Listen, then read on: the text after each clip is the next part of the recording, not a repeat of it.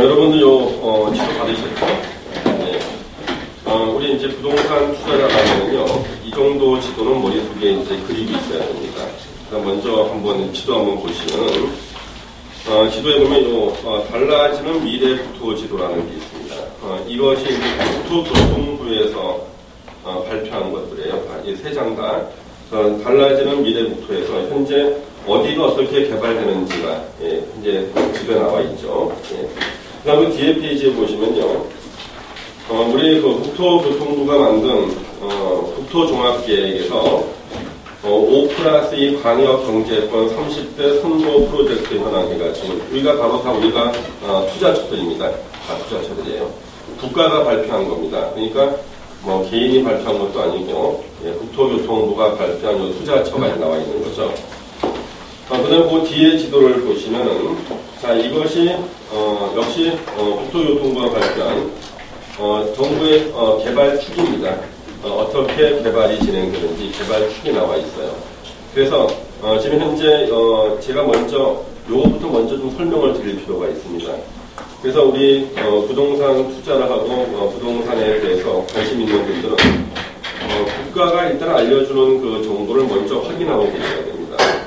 왜냐하면 요즘에 보면은 말이죠, 이 강남 쪽이라든가 논현동 쪽 같은 경우는요, 기획부동산이 워낙 많아요. 기획부동산은 자기네들이 그 그림을 그려놓고 자기네들이 지도 그려놓고 난 다음에 여기가 이제 뭐 개발 호재가 있다고 그러는데 그런 건 절대 믿으시면 안 됩니다. 바로 여기 국토교통부가 이렇게 발표해서 해놓은 이 지도만 믿으셔야 돼요. 이것은 국가가 하는 사업이기 때문에. 그래서 우리 그 부동산 투자하실 분들은 일단 국가가 지금 발표했던 요 세 가지 정도는요 꼭 알고 계셔야겠습니다. 먼저 첫 번째 그림에 나오는 거 한번 보시면은요. 지금 요 첫 번째 나오는 그림하고 여러분들이 어느 그림을 연결시킬 줄 아셔야 되냐면요. 첫 번째 그림하고 맨 끝에 나오는 그림 있죠. 요 두 개를 연결시킬 줄 아셔야 되는 겁니다. 요 두 개를. 그래서 우리가 우리나라 이렇게 지도를 하나 그린다 그러면 우리는 이제 북쪽은 필요가 없죠. 이제 남쪽만 이렇게 필요합니다. 그렇죠? 남쪽만 이렇게 필요합니다. 자, 이것은 이제 우리나라의 남쪽 지도라고 보는 겁니다. 이렇게. 자, 그러면은 현재 지금 달라지는 미래 국토를 보시면요. 경기도 쪽에는 우리가 별로 관심을 안 가지고 있는 곳이 파주, 파주 신도시 같은 경우는 우리 경기 북부로 가가지고는요 크게 호재가 없습니다. 특히 파주라든가 문산 쪽은요 휴전선하고 인접하고 있어요. 그래서 예전에 진짜 웃긴 일이 있었습니다. 파주에다가 아파트를 지었어요. 네. 그 아파트 짓고 이제 분양 첫날 휴전선에서 총을 쏜 겁니다. 인민분들이 분양 첫날. 네. 총 한 발당 가격이 1,000만 원씩 떨어져요. 한 발당. 근데 그날은 기관총을 쐈어요. 얼마나 더 적겠어요? 한 2분양이죠. 그렇죠? 예. 그래서 저 파주 문산 쪽은 여러분들 부동산은 투자를 안 하시는 게 제 생각이 좋습니다. 그쪽은요. 그다음 좀 밑에 내려오시면은 거기 이제 우리 송파 신도시가 있고, 그다음 여기 평택이 있지 않습니까? 자, 평택은 말이죠.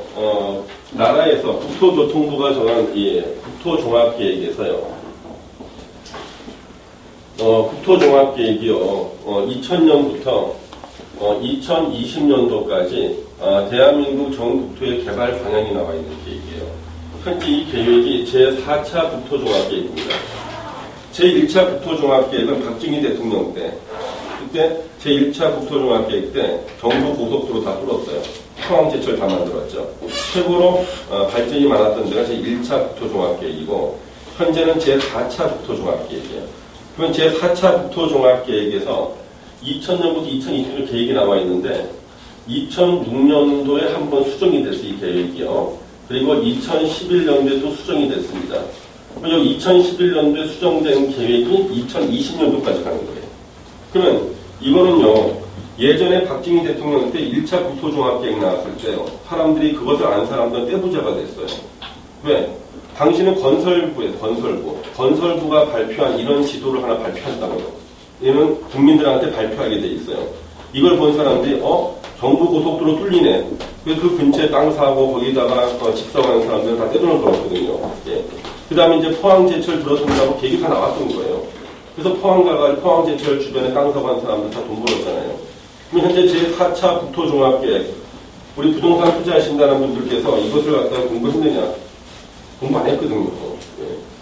그래서 여러분들은 부동산 투자하시거나 그랬을 때는 절대로 기획부동산에서 만든 그런 지도 같은 거 보시면 안 됩니다. 그건 자기들 마음대로 만들어 놓은 거고 정부가 국토교통부가 발표한 이런 지도를 갖다 보시면서 판단하셔야 되고요. 이게 바로 국토종합계획이 다 나와 있는 그 지도들이에요. 그러면 지금 국토종합계획에서는요, 대한민국의 전 국토로 갖다 권역을 나눠요. 서해안권, 동해안권, 강원권, 경남권, 대경권, 수도권 이런 식으로. 그래서 현재 가장 유망한 곳이 서해안권입니다. 요 서해안권이 현재 가장 유망해요. 왜냐하면 현재 중국과의 교역이라든가 이런 것들 때문에 말이죠. 서해안권이 가장 유망합니다. 그래서 지금 서해안권이 말이죠. 맨 끝에 있는 지도를 보시면은 여기 보세요. 슈퍼 경기만권부터 시작해가지고 충남 서해안권, 새만금권 있죠. 이게 바로 다 서해안권 포괄적으로요. 이쪽이 가장 유망합니다, 지금요. 그래서 지금 위에서부터 밑으로 쭉 내려오면서 이게 이제 초록색 그 띠가 있지 않습니까? 이 초록색 띠 쪽으로 가셔야 돼요. 여기가 정부가 무조건 다 개발하는 곳입니다. 진짜요. 그러면 우리 부동산 투자할 사람들은요, 이 지도 하나 정도는 머릿속에 그리고 있어야 되거든요. 국토교통부가 대외적으로 국민들한테 공개하게 돼 있는 지도. 그러면 지금까지 말이죠, 현재 부동산에서 특히 땅값이 오르거나 이런 곳은 다 이쪽이에요. 근데 여러분 하나 아셔야 될 것이 말이죠. 토지에 대해서 공부하면은 토지로 끝나는 것이 아니라, 자, 우리가 오피스텔을 짓거나 도시형 생활주택 짓지 않습니까? 저건 지을 때 건축비는요, 전국이 공통이에요. 서울에서 짓든, 부산에서 짓든, 시골에다 지어도 건축비는 똑같아요. 그러면, 이 도시형 생활주택을 갖다가요, 싸게 지을 수 있는 방법은요, 건축비에서 줄이질 못하죠. 어디에서 뭘 싸게 사야 돼요? 땅을 사게 되는 거예요. 그래서 수입형 부동산의 승부는 건물에서 나오질 않아요. 토지에서 나오는 거예요. 만약에 평당 토지가 100만 원이다. 어떤 데는 평당 토지가 500만 원이다. 극단적으로요. 500만 원짜리 토지를 갖고 도시형 생활주택 지었다. 그럼 분양가 비싸질 수밖에 없죠. 우리가 그 수입형 부동산은요, 무조건 분양가가 싸야 돼요. 그래야지만 수익률이 높게 나오지 않습니까? 똑같은 보증금하고 월세를 받을 수가 있는데, 예, 땅값만 싸게 되면은요, 저렴하게 분양이 가능하고, 그것을 매입하는 사람은 수익을 엄청나게 낼 수가 있어요. 땅을 비싸게 사가지고 도저히 승부가 안 나는 거예요. 그래서 우리가 왜 토지를 갖다 중심으로 보냐 그러면요, 그 땅을 갖다가 꼭 땅을 사서 땅값이 오를 때 파는 거, 이것도 물론 중요합니다만, 그 땅에다가 뭐든지 다 할 수 있어요. 그 땅 위에다가 뭐든지 다 할 수 있다. 건물 지어도 무조건 그 건물을 팔릴 수밖에 없죠. 왜? 거의 대부분이 땅값인데, 땅이 싸니까 건물을 갖다 싸게 지어서 분양할 수가 있거든요. 그러면 지금 바로 이 나와 있는 이 띠를 보시면 이게 다 서해안권입니다. 그래서 이 서해안권이 땅이 계속 오르고 있는데요. 이 땅 중에서 이미 오른 땅도 있고요. 조만간 땅값이 올라갈 때도 있죠. 왜냐하면 뭐든지 한꺼번에 올라가잖아요. 그러면 지금 여러분이 이 지도를 보시게 되면요, 서해안권부터 쭉 내려옵니다. 예, 쭉 내려와가지고 새만금까지 가고 있죠.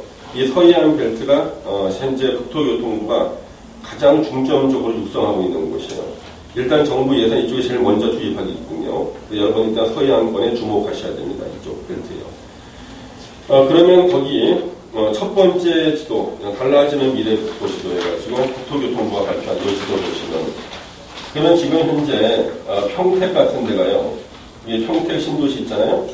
평택 같은 데가 지금 왜 호재가 많냐 그러면, 이 서해안권의 거점 도시로 국토종합계획에서 정했어요. 국토교통부가요.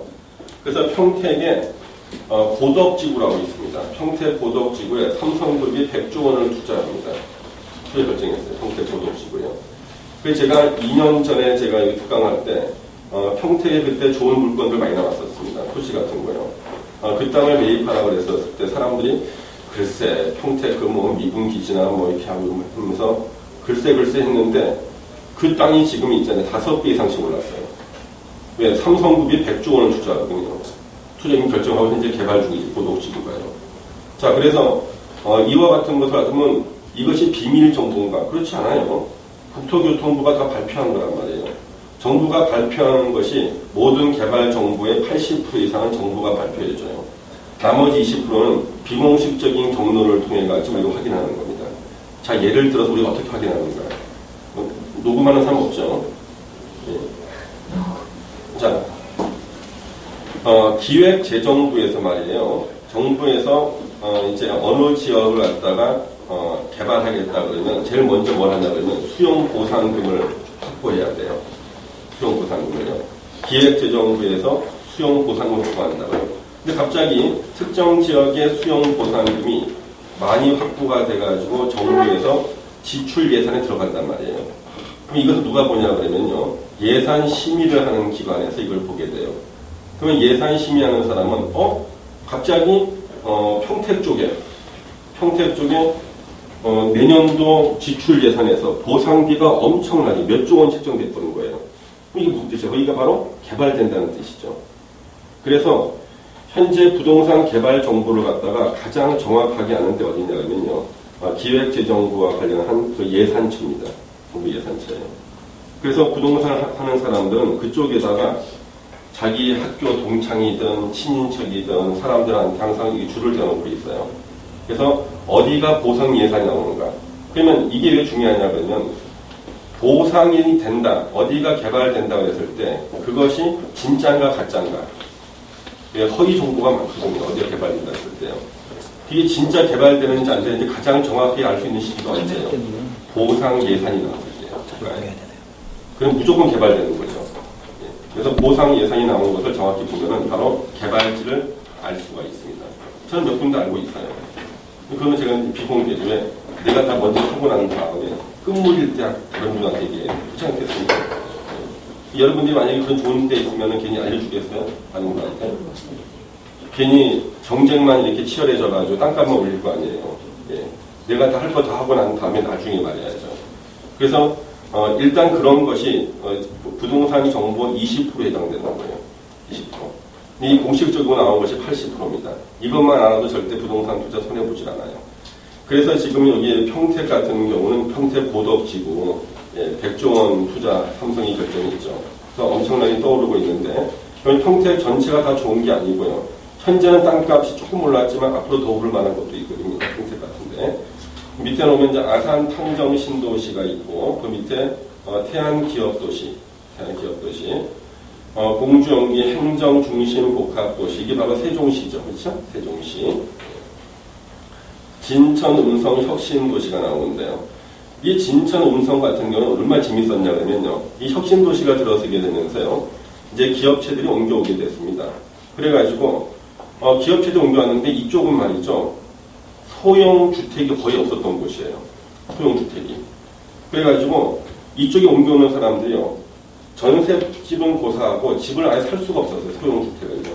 그래서 이쪽에 한 2년 사이에 집값이 2배, 딱 더블이 올랐던 곳이 바로 여기 진천 음성 혁신도시 쪽입니다. 소형주택만. 여기다가 이제 도시형 생활주택을 초기에 분양받은 사람들은 엄청나게 수익을 많이 냈죠. 그 다음에 여기 밑에 이제 군산, 새만금 쪽 내려오지 않습니까? 그쪽에 이제 서해안 쪽에서 굵직굵직한 곳인데, 이 굵직굵직한 곳의 주변 지역들이 이제, 투자 가치가 가장 큰 곳이 됩니다. 그럼 두 번째 그림을 보시면 이제, 5+2 광역정책권 30도 선도 프로젝트, 국토교통부가 만든 겁니다. 자, 먼저 서울 한번 보시면요. 그 서울 주변에 제2외곽순환도로라고 있죠. 이 제2외곽순환도로가 어떤 의미를 갖냐 그러면 정부에서요, 박정희 대통령 때는 처음에 70년대 강북지역을 개발했습니다. 서울에. 그래서 강북지역을 개발축을 잡은 거예요. 개발축. 예. 그러다가 이 개발축을 갖다가 한번 실수를 했습니다. 이 앞으로 앉으세요. 예. 앞으로 앉으세요. 이 개발축을 갖다가 한번 실수를 했던 것이 어떤 실수냐 그러면은 절대 개발축으로 잡아서는 안 될 때가 그 여의도예요. 여의도를 갖다가 실수로 당시 도시계획을 잘못해가지고 여의도를 개발축을 잡아버렸어요. 여의도를. 그래가지고 여의도에다 아파트를 지어버렸네요. 여의도는요 절대 아파트를 지으면 안 되는 곳이에요. 여의도는 업무시설, 금융시설, 이런 것들만 지어야 될 곳인데 아파트를 지어놨단 말이죠. 근데 그 아파트 지어놓은 게 지금 재건축에 들어가야 돼요. 자, 현재 있는 아파트만 가지고도요, 여의도 교통이 마비가 돼요. 그럼 재건축을 하게 되면 층수를 2배로 올려야 되거든요. 고밀도로 2배로. 그럼 안 그래도 마비가 되고 있는 여의도가 더 마비가 되는데, 그럼 여의도를 지나가지고, 자, 강북에서 여의도 지나서 강남 쪽으로 와야 되는데, 다 마비돼 버리는 거예요. 아니, 골치 아프죠, 지금요. 아파트는 쓰러져 가려고 그러지, 재건축은 해야겠는데, 하게 되면, 이제 여의도는 있잖아요. 교통이 완전히 막혀버리는 겁니다. 그래서 처음에 1970년대 강북을 개발축으로 잡았다가 잠시 실수한 것이 바로 여의도를 개발축으로 옮겨갔던 거예요. 그래서 바로 뛰어넘었습니다. 바로 실수했기 때문에. 바로 강남 개발에 들어간 거예요. 80년대 강남 개발. 강남을 개발축으로 잡고 난 다음에 그 다음에 다시 개발축을 잡은 것이 신도시로 왔습니다. 인구 과밀. 그래가지고 분당, 일산, 평촌, 삼봉 같은 신도시 개발축 잡았다가 현재는요, 신도시 인구 안 늘어나거든요. 그래서 정부가 최근에 잡은 개발축이 바로 제2외곽순환도로예요. 그러니까 제2외곽순환도로 주변, 특히 인터체인지 주변이 말이죠. 하나의 개발축이 된 거예요. 그래서 제2외곽순환도로 안쪽에 있는 데가 다 개발축이 되는데 제2외곽순환도로의 남쪽의 기점이 평택시예요. 북쪽의 기점이 동두천입니다. 그러면 이 제2외곽순환도로 서쪽은요. 송도 쪽이죠. 그렇죠? 동쪽은 남양주 쪽이란 말이에요. 이게 다 제2외곽순환도로 되는 거고요. 그 다음에 그 밑에 나와가지고, 잠시만 기다려보세요. 나눠드릴게요. 이거 지금 다 갖고 있어야 돼요. 이게 정부가 발표한, 이게 바로 정부가 발표한, 이거 개발지도거든요. 개발지도. 자, 그리고 1번의 제2외곽순환도로 개발축이고요. 그 다음에 밑에 이제 인천 지하철 2호선 밑에 내려오고 복선 전철 나오죠. 그 다음에 서해안 북설 전체에서 밑으로 쭉 내려오고 있습니다. 자, 그러면은 그 밑으로 내려올 때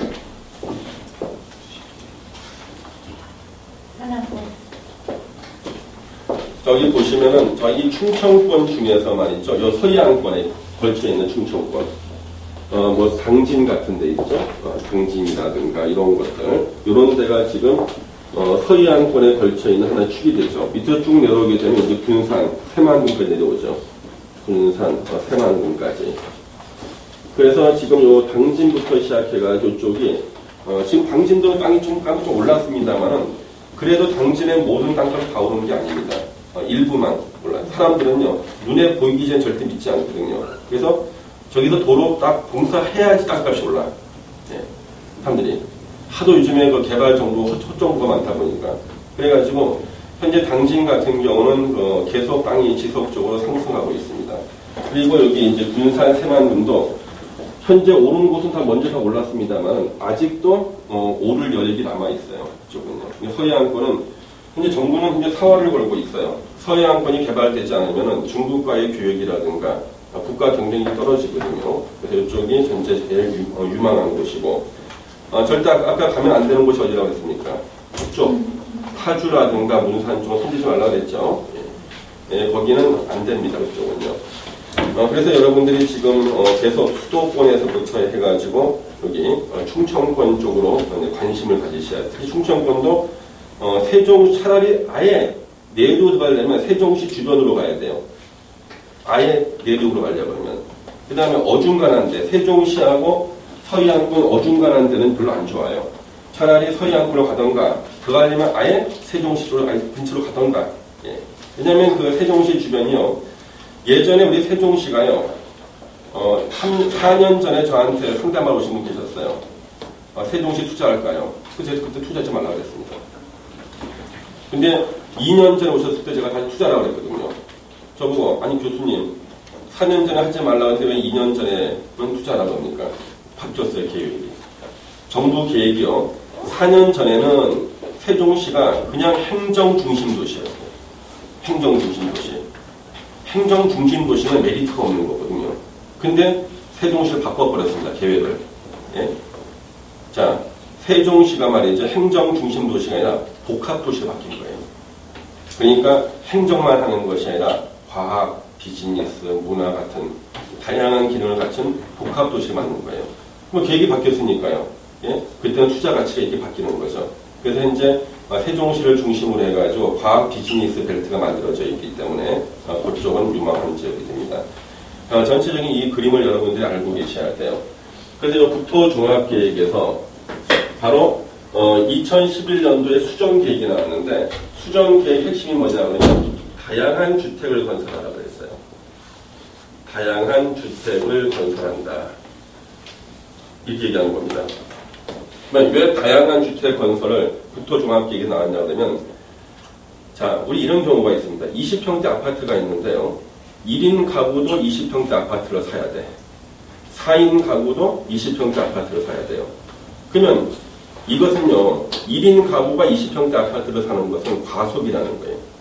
그리고 아파트를 엄청 지어야 되거든요. 그래서 수요 맞춤형 주택을 만들겠다는 거예요, 정부가요. 수요 맞춤형. 그러면 1인 가구면 혼자 살기 좋은 원룸, 도시형 생활주택을 공급하면 20평대 아파트를 더 적게 지어도 된다는 거죠. 그 다음에 전세라든가 월세 수요를 갖다가 더 줄일 수가 있다. 아파트에 대한. 그래서 등장한 것이 바로 이때 도시형 생활주택인 거예요. 도시형 생활주택. 원래 도시형 생활주택 그러면 세 가지가 있어요. 원래는요. 단지형 연립주택이라는 게 있고요. 단지형 다세대. 단지형 다세대 주택이 있습니다. 저기 있고, 그 다음에 세 번째가 원룸형 주택이 이렇게 있습니다. 원룸형 주택. 우리가 이 세 가지를 도시형 생활주택 그래요. 잘 모르시는 분들은 도시형 생활주택 그러면 다 원룸형 주택인 줄 아는데 그렇지 않다는 거예요. 도시형 생활주택이 세 가지가 있다고요. 단지형 연립, 단지형 다세대, 원룸형 주택. 근데 우리 단지형 다세대나 단지형 연립주택은 짓질 않습니다. 건축업자들이 짓질 않아요. 왜냐하면 이 단지형 무슨 뜻이냐면 여러 동을 짓는다는 뜻이에요.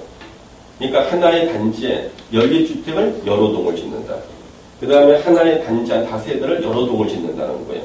근데 원래 이거 지을 때요, 원칙은, 이 주택법에 따르면 원칙은 이 안에 놀이터도 설치해야 되고요. 예? 어린이 문고도 설치해야 되고, 다양하게 설치해야 될 게 굉장히 많아요. 그러니까 되게 넓은 땅이 필요한 거예요. 근데 도시형 생활주택으로 허가를 받고 단지형 연립이나 단지형 다세대를 지으면 놀이터를 갖다가 조그맣게 지어도 되고요. 그러니까 더 조그만 땅에다가 다닥다닥 붙여 지을 수 있단 말이에요. 근데 이 두 개는 주차장을 갖다가 법정 주차장 대수를 그대로 설치해야 돼요. 주차장만큼은 그대로 설치해야 됩니다. 메리트가 없어요. 건축하는 업자들이. 그래서 1번, 2번 단지형 연립이나 단지형 다세대를 안 지어요. 건축업자들이. 이것만 짓는 거예요. 원룸형 주택이요. 왜? 이 원룸형 주택은요, 원래 우리 주택 한 세대당, 원래는, 주차장을 갖다가 한 개씩 확보를 해야 되는 거예요. 예. 근데 이 원룸형 주택은요, 한 세대당 방 한 개당 주차장 한 대가 아니에요. 이것은 전용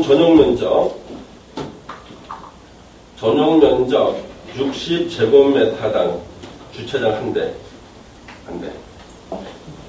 그 다음에 상업지역이나 준주거 지역에서는 120제곱미터당 주차장 한 대.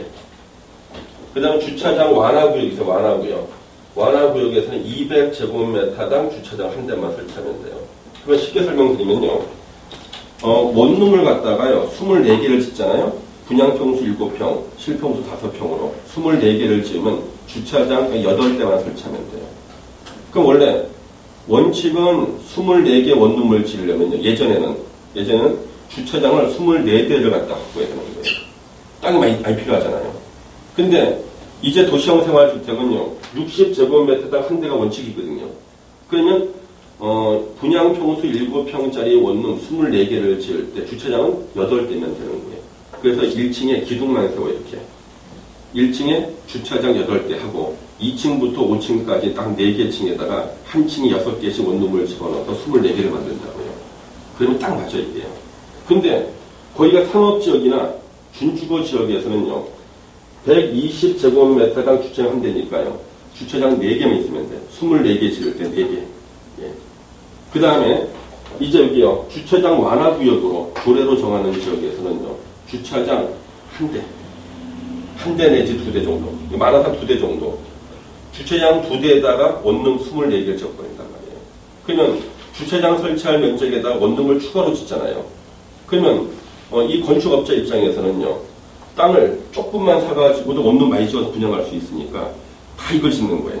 다 도시형 생활주택 짓는 거예요. 도시형 생활주택. 다 이 원룸형 주택을 다 지은 거죠. 다 지은 거라고요. 그래서 이 원룸형 주택이 딱 등장했을 때 원래 이 그 도시형 생활주택은요, 국토교통부가요, 전세난 해소를 위해서 만들었어요. 왜냐면 전세가 부족하잖아요.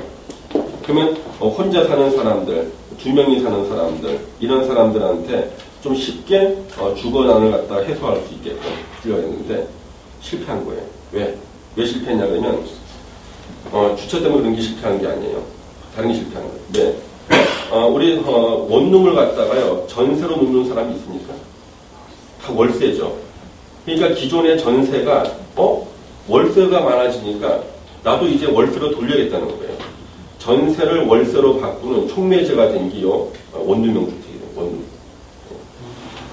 그러니까 기존의 전세도 이제는 배운 거예요. 아, 나도 이제 월세야겠구나. 그래서 전세가 다 월세로 바뀌게 되는 촉매 역할이 되어버렸어요. 그러면 이 도시형 생활주택은요, 우리가 1인 가구 수가 현재 계속 늘어나고 있어요. 일본이 1인 가구 수가 제일 많은 게 일본입니다. 1인 가구 좀 늘어나요. 그래서 이제 일본 예상은 2016년도까지 일본의 1인 가구 계속 늘어난대요. 우리가 똑같아요. 우리나라도요. 그러면 1인 가구가 계속 늘어나게 되면요, 이 원룸이라는 수요는요, 계속 늘어날 수밖에 없죠. 원룸 수요가요. 그래서 면적에 비해서 말이죠, 수용률이 제일 높은 게 이 원룸이에요. 그래서 지금 은퇴를 앞두시고 계시는 분들이 왜 원룸을 갖다 대입하냐 그러면, 물론 우리 연금이 나오시는 분도 있지만 연금 안 나오는 분도 있거든요. 그러면 매달 연금처럼 꼬박꼬박 월세를 받을 수 있는 이 원룸이 선호가 되는 거예요. 근데 만약에 은행 이자가요, 예전에 전두환 대통령이 있었을 때 은행 이자가 12% 간 적이 있었어요. 12%. 은행에서 돈 넣으면 12%면요, 다른 돈 넣으면 돼. 그리고 이자만 받고 살 수가 있는데, 은행은 요즘 금리 얼마입니까? 정기예금 1년 만기 금리 얼마죠? 2.9. 2.9에다가 그걸 자기가 다 가져가나? 세금 또 내야지. 예. 예. 그러면 다 합쳐봤자 한 2.5% 정도, 6% 정도 보셔야 될 거예요. 그러면 2.5%, 6%는요, 물가 상승률을 보면요, 마이너스. 자, 그러면은, 도시형 생활주택을 사람들이 선호하는 게 뭐냐 그러면 바로 이 금리 때문에 그래요. 근데 금리가 앞으로 오를까요? 절대 오르지 않습니다. 금리는 계속 떨어집니다. 예. 왜냐하면 선진국가가 될수록 말이죠, 금리가 1%대예요. 예.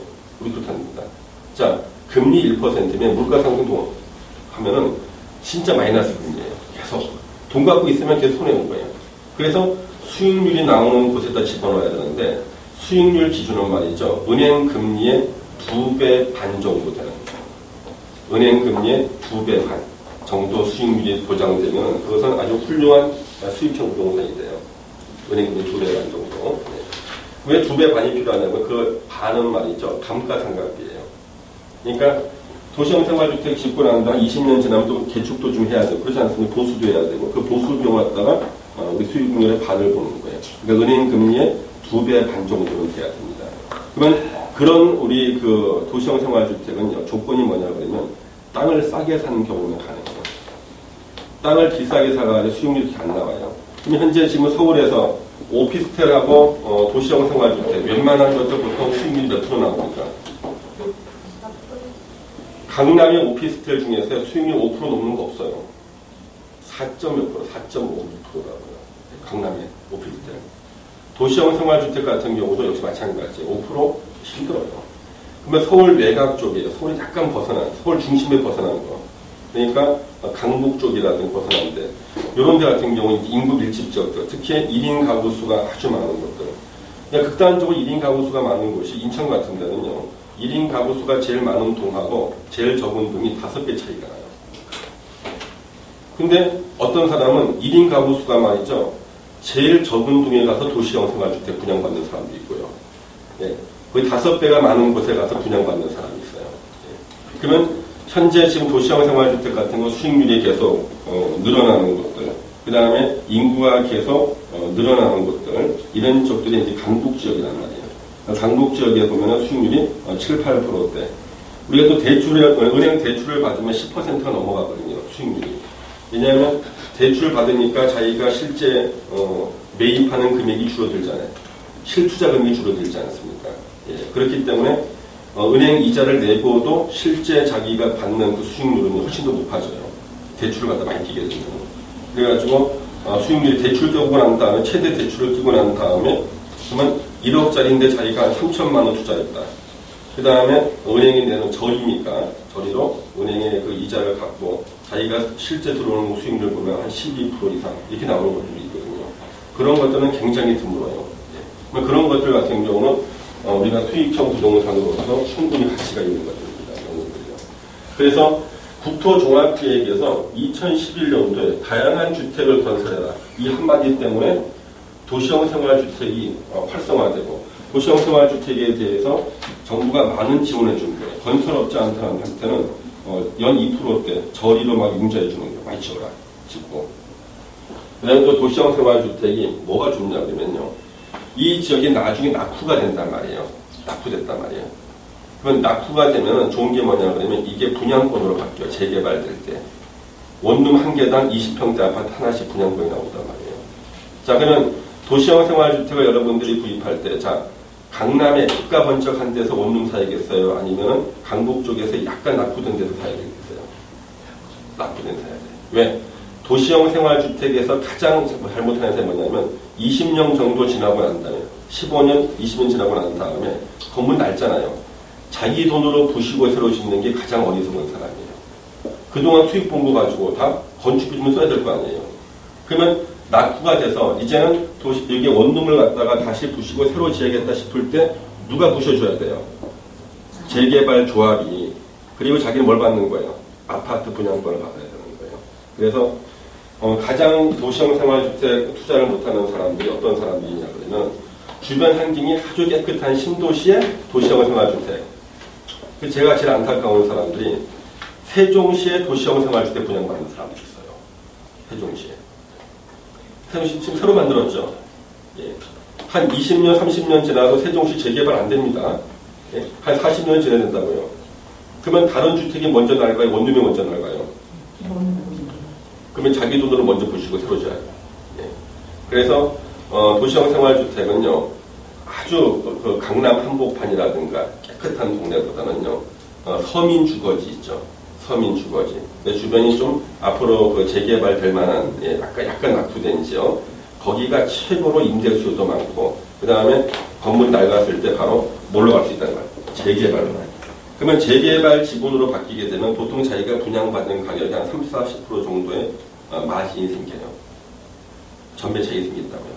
자, 도시형 생활주택은 전매 차익이 나올까요? 안 나올까요? 안 나와요. 도시형 생활주택은. 왜? 자기가 만약에 도시형 생활주택 1억에 분양받았잖아요. 1억에 분양받아서 보증금 만약에 300에 월세 한 40만 원 받고 있다. 예를 들면 그렇게 했단 말이에요. 그럼 이건 누구한테 1억 5천에 팔 수 있느냐? 1억 5천에 이것을 산 사람은 수익률을 맞추기 위해서 월세를 올려야 될 거 아니에요. 도시형 생활주택은 돈 많은 사람들이 사는 곳이 아니기 때문에 월세가 한 2만 원만 올라가잖아요. 썰물처럼 빠져서 옆으로 가버린다고. 예. 월세 인상에 굉장히 민감한 게 도시형 생활주택이에요. 그러면 자기가 1억 주고 분양받았다. 이것을 갖다가 다시 대팔 때 1억 3천, 4천 이렇게 받고 못 팔아요. 그 산 사람은 어떻게 해야 돼요? 월세를 올릴 수밖에 없잖아요. 자기 수익을 맞추려고 그러면요. 그래서 도시형 생활주택은 언제 전매 차익이 나오냐 그러면요. 이게 재개발 지분으로 바뀌었을 때만 전매 차익이 나오는 거예요. 예. 그래서 약간 주변이 아주 깨끗하지 않은 지역. 그래서 도시형 생활주택을 월세 받고 있다가 야 저건 좀 낡았는데 한번 좀 개축도 좀 하던가 보수 좀 해야겠다 싶을 때 그 지역이 재개발되는 거죠. 그러면 예전에 우리 저 마천동 지역에 재개발할 때 가장 돈을 많이 벌은 누구냐 그러면요. 바로 이 원룸을 갖고 있던 사람들이에요. 그러니까 마천동이 재개발되기 한 7, 8년 전에 이 원룸을 갖다 사가지고 월세를 받고 있는데 8년, 9년쯤 되다 보니까 이제 마천동이 이제 재개발된다는 거예요. 그래서 원룸을 갖고 있었는데 그 원룸이 다 뭘로 바뀌는 거예요? 분양권으로. 20평이 분양 바뀐 거예요. 피가 1억 5천씩 붙었어요. 예, 원룸 1억짜리가 피가 1억 5천 붙어가지고 2억 5천에 거래됐다니까요. 예. 2억 5천에. 그때 이제 공부를 안 하는 사람들은요, 자기가 원룸 10개 갖고 있는 거예요. 절대 안 되지, 뭐. 예? 10개 갖고 있어도 아파트 몇 개 받는 거예요? 하나지. 처분을 해야죠. 예, 처분을. 처분할 때 적당한 타이밍에 처분해야 돼. 최고점 올랐을 때. 그 다음에, 자기가 언제까지 처분을 해야지만 되는지가 법에 나와 있단 말이에요. 그 시기를 딱 보고 처분해야 되는 거예요. 그래서, 시기를 딱 맞춰가지고, 자, 정비구역 지정이 되기 전에 다 처분. 예. 그 자기는 한 개만 갖고 있다. 파는 겁니다. 그래서, 도시형 생활주택은 일단, 제일 좋은 게 뭐예요? 일단 7, 8년 정도 이상은요, 안정적인 수익률이 나와야 돼. 그쵸? 수익률, 안정적인 거. 최소한 대출을 끼지 않았을 때, 은행 이자의 2배 반 정도. 대출을 갖다가 최대한 꼈었을 때 수익률이 한 10% 이상 넘어가야 돼요. 대출 꼈을 때. 그래서 1억짜리를 갖다가 실투자 한 3천만 원만 가지고 대출 받았다. 그 수익률 한 10% 이상 넘어가야 됩니다. 그러다가 이제 한 7, 8년쯤 되고 난 다음에 약간 노화가 되지 않습니까? 예, 그때쯤 되면 슬슬 이제 재개발한다는 말이 나와서 이제 정비 기본 계획 나오고, 예, 정비 구역 지정 관련 움직임 하면은 그때 이제는 원룸을 보러 오는 사람들이 생기는 거예요. 팔라는 사람이 생겨요. 그러면 그때 보면은 자기가 매입하는 가격에 한 30% 이상 올라 있어요. 그러니까 마천동이 초기에 1억에 자기가 매입을 했는데 재개발 얘기가 나오니까 이게 1억 2천, 3천에 간다는 거예요. 그러다 이제 재개발 되기 직전, 정비 기본 계획 나오기 직전, 그때 되니까 2억까지 올라버린 거예요. 타이밍을 잘 잡아야 돼요. 그래서 1억 2천 대 판 사람 어떻게 될까요? 1억 2천에 팔고 1년 지나고 나니까 2억 5천 됐어요. 어때요, 뭐? 예? 돌아버립니까? 예. 실제로 마천동이 있었어요. 마천동에 실제로. 예. 저는 그런 거 있으면 제가 살까요? 남한테 투기할까요? 제가 사죠. 저는 지금까지 부동산 추천한 거에 저희 아버님한테 한 번밖에 없어요. 효도한다는 뜻으로. 아버님, 마천동에 저거 하나 사시면은요, 더블로 오는 거예요. 거짓말 하지 마라, 이마. 네가 부동산에 대해서 뭐 한다고 그러니. 아버지 유명해요, 저 아버님. 아버지 전 네이버나 이런데요, 박종철하고 토지라고 한번 쳐보세요. 그랬더니 아버님, 나는 컴퓨터 못한다. 박종철하고 토지라고 쳐보세요. 그랬더니 못 친다는. 그래서 이제 그 다른 그 친척, 그 동생들한테 쳐봐라 그랬더니 이제 사진에 이제 쭉 나오죠. 제 기사들, 제가 한 것들 쭉 나옵니다. 그래서 널 믿어야 되나 말은 결국에 안 하시더라고요. 예. 너 같은 놈들 때문에 우리나라 부동산 엉망된다 그러면서. 근데 결국엔 그게 2억 5천까지 갔어요. 2억 5천까지. 예. 자, 이게 뭐냐 그러면 타이밍이 굉장히 중요해요. 타이밍이. 그래서 1억 2천에 말이죠. 누가 와서 팔라 그랬을 때 그분 주변에 그분을 상담해 줄 수 있는 사람이 아무도 없었던 거예요. 5개를 팔았어요. 1억 2천 주고. 10개 갖고 있던 분이 5개 팔았어요. 그럼 그 사람은 이걸 다시 얼마에 되팔았겠어요? 2억 5천에. 누가 더 많이 벌었어요? 다시 되파는 사람이죠. 예. 이게 마천동이 있었던 일이에요. 예. 그러면 그런 일이 옥송에도 있었고요. 그 다음에 제가 이제 가장 재미를 많이 본 데가, 저쪽에 뉴타운 한 달에도 안 했던 곳이 있었습니다. 화곡동 같은데요. 화곡동에요, 제가 1억짜리 원룸을 샀었어요. 1억짜리 원룸. 근데, 전세가 7천이었어요. 1억짜리 원룸이 전세 7천에 들어가 있는 거예요. 그럼 저 얼마 내고 샀어요? 3천 내고 샀어요. 그거 저 얼마 주고 팔았냐 그러면요, 2억 받고 팔았어요. 6개월 만에. 6개월 만에. 물론 저희 아버님 이름을 했죠. 그렇게 해가 그 근처에 원룸을 제가 다 쓸었어요. 다 쓸었습니다. 화곡 본동 주변에 있는 거 쓸었거든요. 그리고 난 다음에 느낌이 오는 거예요. 정부 정책을 갖다가 국토해양부가 발표하는 계속 부동산 지수가 있거든요. 지수를 이렇게 보다 보면 이제는 정점이 온 거예요. 싹 다 팔았어요. 팔고 나오니까 그 다음 달부터 떨어지기 시작하는 거예요. 다음 달부터. 이게 뭐냐면 국토교통부에서 매달 발표하는 부동산 그 그래프가 있어요. 지표. 그거 보면 올라갈지 떨어질지 알 수가 있거든요. 그러면 자, 국토교통부는 이 포괄적으로 이렇게 지도를 갖다 보여준단 말이에요. 이거 보고 전체적으로 어디가 유망하다는 걸 보고, 그 다음에 구체적으로 자, 서울 어디가 괜찮고 어떤 부동산이 좋다는 것은 80% 이상은 국토교통부가 발표하는 그 통계 지표가 나와요. 그걸 갖다가 이제 분석하면 되는데, 우리 여기 이제 RS의 부동산 자산관리 회사는요, 이제 그 MBN 방송하고 협력회사예요. 여러분 그 MBN 아시죠? 매일경제신문에서 하는 거. 협력회사거든요. 여러분이 이 방송을 갖다가 같이 운영하지 않는 회사는 말을 믿으시면 안 되는 겁니다. 왜냐하면 그 회사는 기획부동산일 확률이 99%예요. 근데 언론사는요, 협력회사를 선정할 때요, 언론사가 그 기획부동산을 갖다가 선정하겠습니까? 그렇죠? 그래서 지금 현재 그 매일경제신문하고 여기 RS의 부동산 자산관리 주식회사가 협력사고요. 매일경제. 그 다음에 MBN 그 M1이 방송 6시부터 7시까지 하는 그 방송을 운영하고 있어요. 이 회사가요. 그래서 여러분들이 그 수시로 이 세미나에 좀 참석을 하셔가지고요. 매달 바뀌는 정보들을 갖다가 수시로 체크를 하셔야 돼요. 매달 바뀌는 정보. 자, 그러면 지금 이번 달에 발표했던 전국 토지 시세 계속 0.3에서 0.6%에서 오르고 있어요. 전국에서 토지가. 토지 가격은요, 떨어진 적이 최근 3년간 없어요. 올라갈 토지 가격이요. 그러면 토지 가격이 올라갈 때, 토지는요, 우리 아파트가 2배 올라가는 경우 있나요, 갑자기? 몇 달 새에 2배 안 올라가죠. 땅은 100배도 올라가요. 거제도 옛날에 거가대교 들렸을 때요. 땅 100배 올랐습니다. 100배. 그래가지고 그 농지 파신 분이요, 농지 일부를 팔았어요. 요만큼만 남겨놓고. 농사 지으러 갈 때 벤츠 타고 왔어요. 차 뒤에 트렁크를 여니까 삽하고 곡괭이가 나와. 장화하고.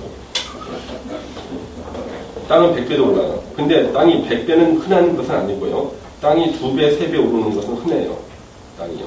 2배, 3배 오르는 것이 흔하다고요. 그래서 그런 것들을 갖다 여러분들이 서해안 쪽에 찾아내셔야 됩니다.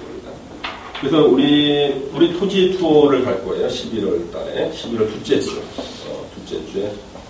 아마 여러분들한테 아마 그 연락이 갈 수도 있습니다. 여러분들 여기 회원 가입 원서 써놓으시면은요, 그 문자로 다 알려드릴 거예요. 그래서 서해안 쪽 해가지고, 해서 가장 호재에 있는 지역에서 현장에 답사갈 수 있는 기회가 됩니다. 그거는 선착순으로 접수를 받아요.